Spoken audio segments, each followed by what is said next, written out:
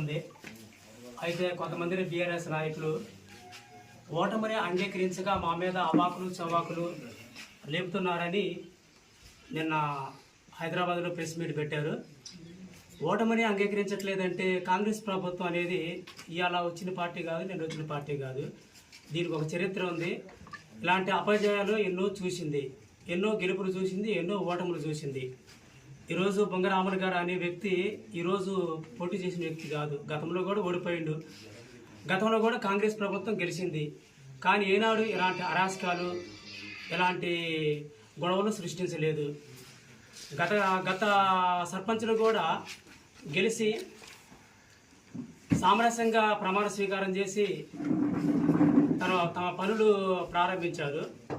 అయితే మరి బీఆర్ఎస్ ప్రభుత్వం గ్రామ కాంగ్రెస్ నాయకుల్ని గోండాలు, రౌడీజాలన్నీ సంబోధించి మాట్లాడింది.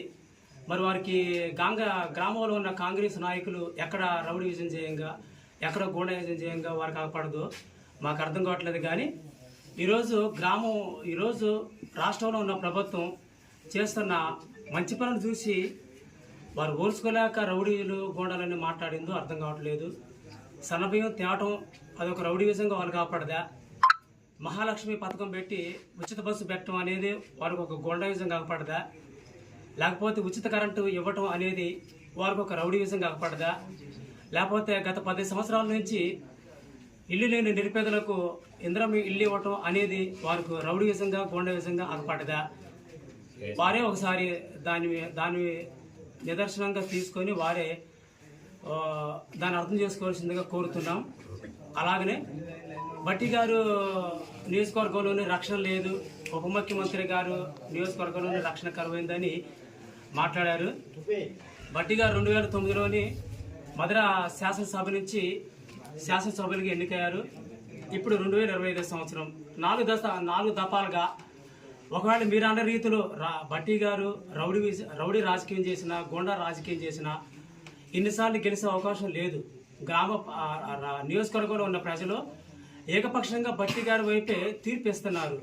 ఒకవేళ మీరు అన్న తరహాలో అలాంటి రాజకీయం చేస్తే భట్టి గారు గెలవడు.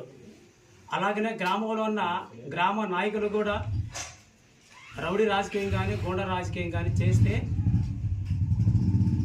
చేసినా కూడా ఈ విధంగా అభివృద్ధి సంక్షేమ పథకాలు జరగవు. గ్రామంలో ఉన్న సీసీ రోడ్లే కానీ, తర్వాత గ్రామంలో ఉన్న ఇంద్రం ఇళ్ళే విషయంలో కానీ ఇలాంటి విషయాలు ఎన్నో ఈరోజు కాంగ్రెస్ ప్రభుత్వం మంచి పనులు చేస్తూ ఉంటే అవి మీరు జీర్ణించుకోలేక కాంగ్రెస్ ప్రభుత్వం మీద ఇలాంటి తప్పుడు ఆరోపణలు చేస్తున్నారు.